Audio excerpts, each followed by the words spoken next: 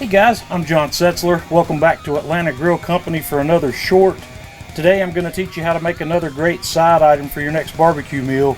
We're going to make some quick and easy dill pickle spears. So let's get started.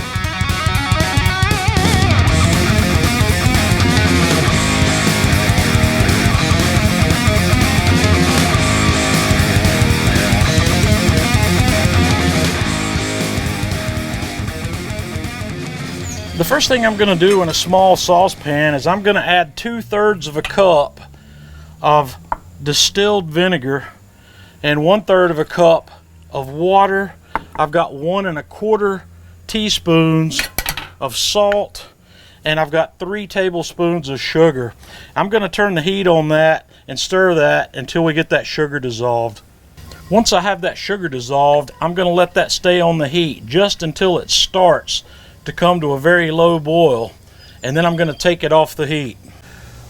The next thing I've done here is prep my cucumbers. I got some of the small mini cucumbers, and I cut them down to length where they'll fit nicely in my 16-ounce wide mouth mason jar. I took about 4 of those. I don't know if I'll be able to get all of that to fit in there or not.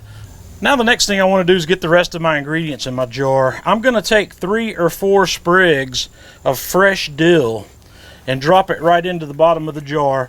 I've got 2 cloves of fresh garlic that I've just coarsely sliced.